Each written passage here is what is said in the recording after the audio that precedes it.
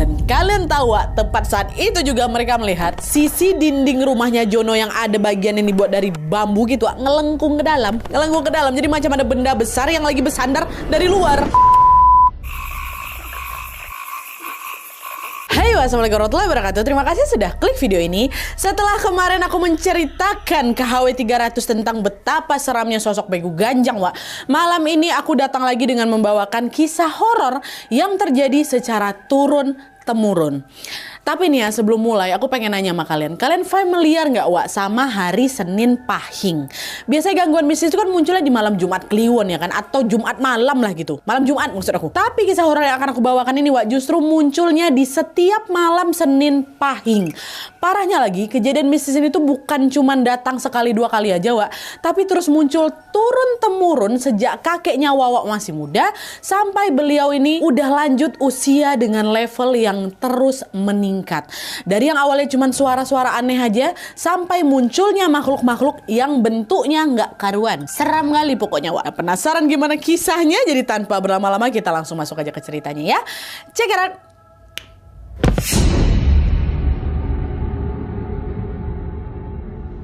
Oke Wak, jadi kisah yang aku ceritakan malam ini dikirim sama Wak kita yang bernama Mary dari Kebumen, Jawa Tengah. Halo Mary. Nah jadi Wak, kisah ini adalah pengalaman horor kakeknya Mary. Namanya kakek Jono. Pada saat beliau ini masih berusia remaja, which is sudah sekitar puluhan tahun yang lalu kan Wak.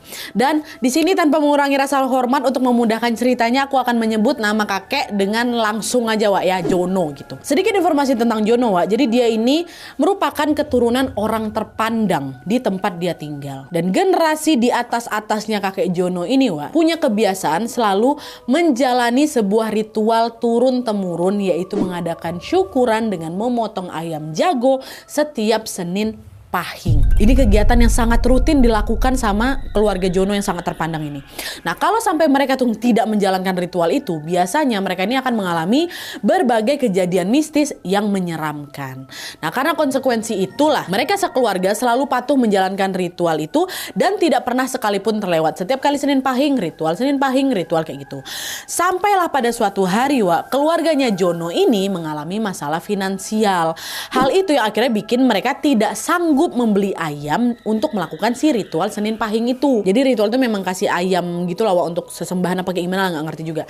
Dan betul aja Wak, setelah melewati ritual itu, keluarganya Jono ini mulai dihantui rentetan kejadian mistis yang super menegangkan.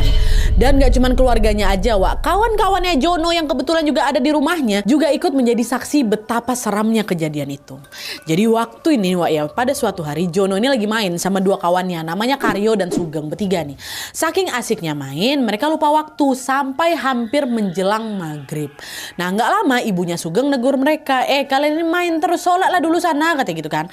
Nah dengar teguran itu, Sugeng masuk ke dalam rumahnya ngambil sarung, mau sholat di masjid nih. Nah setelah itu mereka mampir ke rumahnya Karyo buat ngambil sarung si Karyo juga. Lalu lanjut lagi ke rumahnya Jono yang ada di atas bukit. Hari itu malam Senin Pahing Wak ya.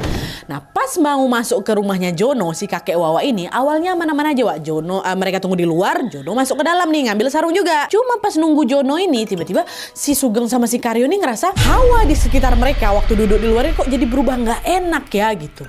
Nah bersama dengan itu Jono juga nggak keluar-keluar dari rumah Wak. Si Karyo ngeluh, Jono ini kemana sih, kok lama kali ngambil sarung aja. Dan gak lama setelah ngomong kayak gitu, Karyo tiba-tiba dengar ada suara geraman mirip seperti geraman harimau Wak. Itu tuh bukan di hutan ya, tapi kenapa ada suara harimau dekat sini. Takutlah si Karyo kan, dia bisa Geng, kok dengar Geng? Iya aku dengar suara auman harimau kan. Kok perasaan aku gak enak ya lo ya. Kita masuk aja lo ke rumah si Jono yuk. Ayo takut aku yuk Geng gitu. Masuklah mereka berdua ke rumahnya si Jono. Dengan langkah gugut Karyo Sugeng pun masuklah ke dalam rumah tanpa izin, langsung masuk aja gitu. Begitu masuk, mereka nengok Jono sama mamanya lagi duduk di pojokan Wak, dengan wajah pucat ketakutan. Nah di saat yang sama ibunya Jono tuh nengok mereka nyelonong masuk aja, langsung ngasih kode. Langsung kasih kode untuk tutup pintu tuh. Nah, tepat setelah pintu ditutup sama Karyo dan Sugeng, mereka semua yang ada di situ dikejutkan dengan suara geraman yang menggema kencang kali Wak dari luar rumah. Dan kalian tahu Wak, tepat saat itu juga mereka melihat sisi dinding rumahnya Jono yang ada bagian yang dibuat dari bambu gitu Wak, ngelengkung ke dalam. Jadi macam ada benda besar yang lagi bersandar dari luar. Kebayang kan, jadi macam ngelengkung kayak gitu. Dan gak lama terdengar suara harimau yang lagi gesek-gesekin badan entah kepalanya ke dinding